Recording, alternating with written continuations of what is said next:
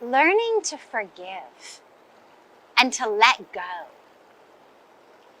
was the most powerful, amazing, incredible lesson that I've ever been gifted with. I never thought it was possible.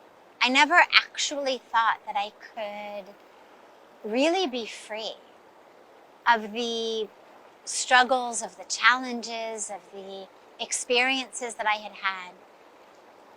And then I was given the beautiful instruction to just give it to the river. And this is the place that Hollywood to the Himalayas begins.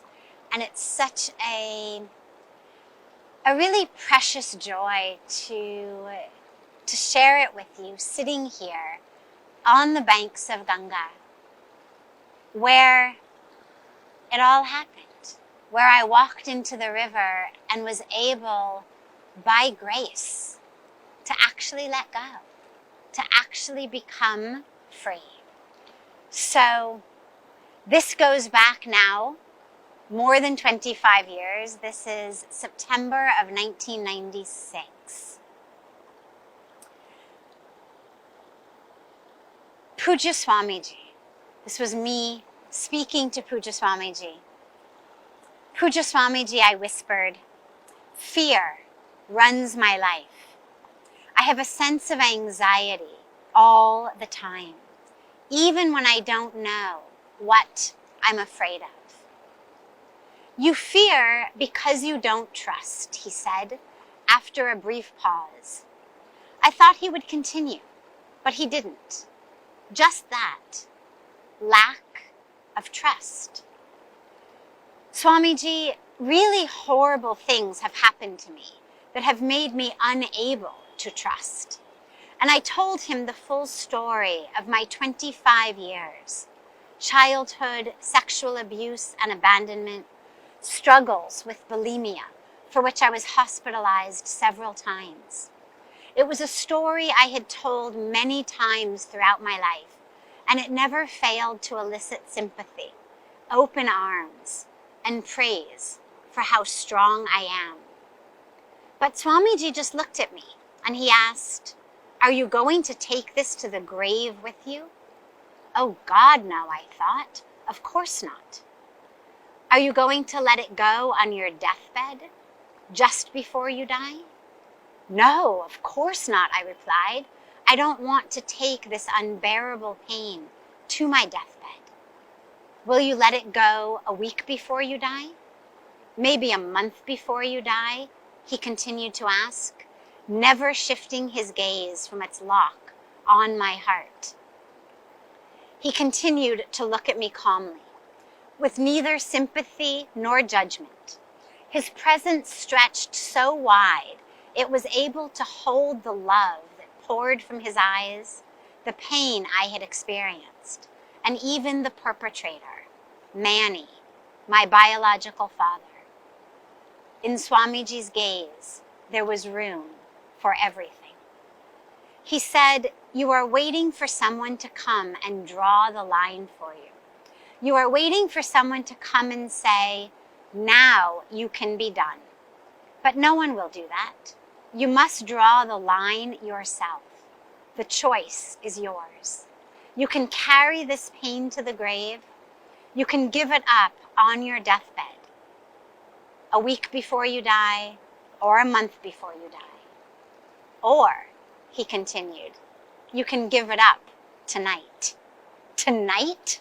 Seriously? Yes, tonight, he said. We have a beautiful ceremony at sunset called the Arti. After the Arti, go into Ganga and give her your pain. Take her water in your hands and give it all to her. Just give it to the river. If you give it, she will take it. Just give it to the river? I wrote over and over in my journal later that day, smiling as I replayed in my mind his touching, yet seemingly nonsensical instructions. I wasn't about to rely on a river to wash away my problems. Afternoon became evening, and I sat on the cool marble steps lining the banks of the flowing Ganga River as the sun began its descent. As the final rays of light danced on the waters, the sound of Vedic mantras filled my ears. I stopped giggling at this incredible suggestion that a river could sweep away my pain long enough to remember my vow from the airplane, to keep my heart open. I had taken a vow on the airplane to India that I would keep my heart open. So I remembered it at that time.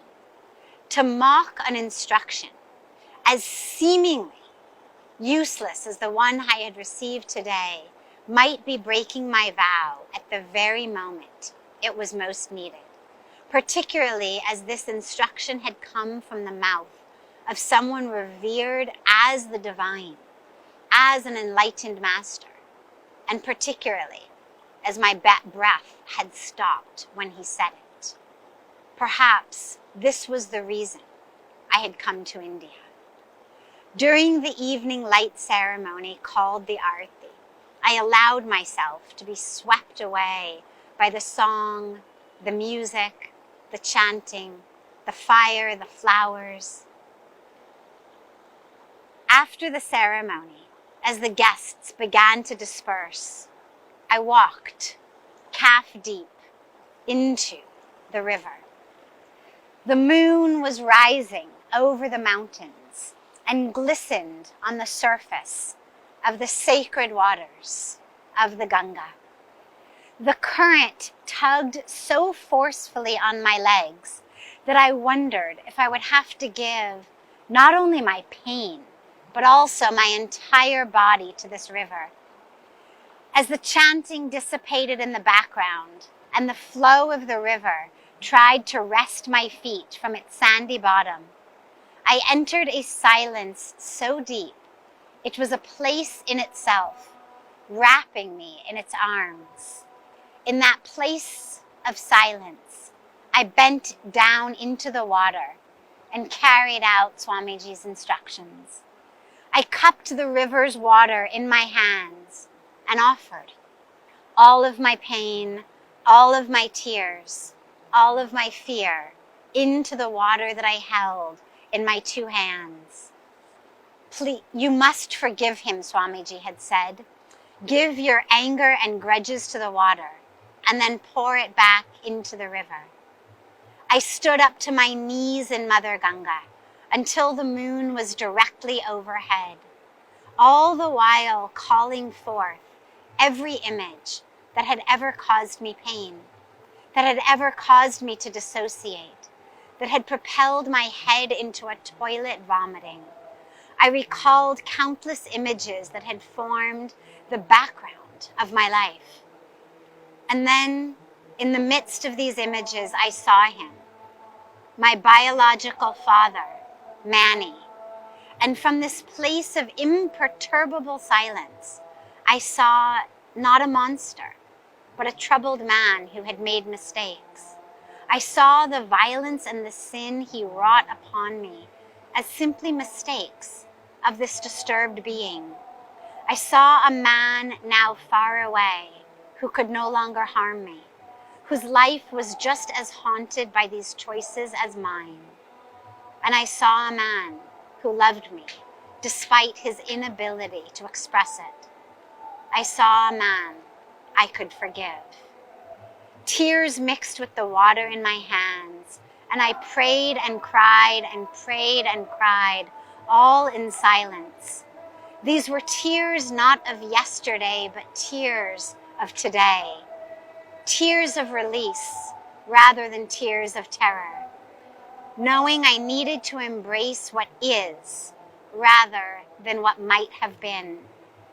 I called Manny's image to mind again, stared deeply into my biological father's eyes and said, I forgive you. Then I let the water pour from my hands back into the river. Take the pain, I prayed. I give it all to you. As the rest of the chapter in the book shares, even though I didn't think it was possible, even though I thought it was quite impossible, nonetheless, this sacred water, this sacred Mother Ganga, took that pain, took the whole identification that I had had as the one who suffered. And I share it with you because if it could happen to me, it can happen to you. Forgiveness, that ability to let go so we can be free, is the greatest perhaps power that as emotional human beings we have, to make a conscious decision to forgive and to let go so that we can be free. Wherever you are, whether you're here on the banks of Mother Ganga or anywhere in the world, see if you can let go. If you need more inspiration, pick up your copy of Hollywood to the Himalayas and you can read the whole rest of the book of how that forgiveness and transformation healed me, transformed me on every level, with the tools and practices that you can implement in your own life as well. And it's such a blessing to be able to share this with all of you. And so much love, so much love to all of you. And prayers for your freedom from these sacred banks of Mother Ganga.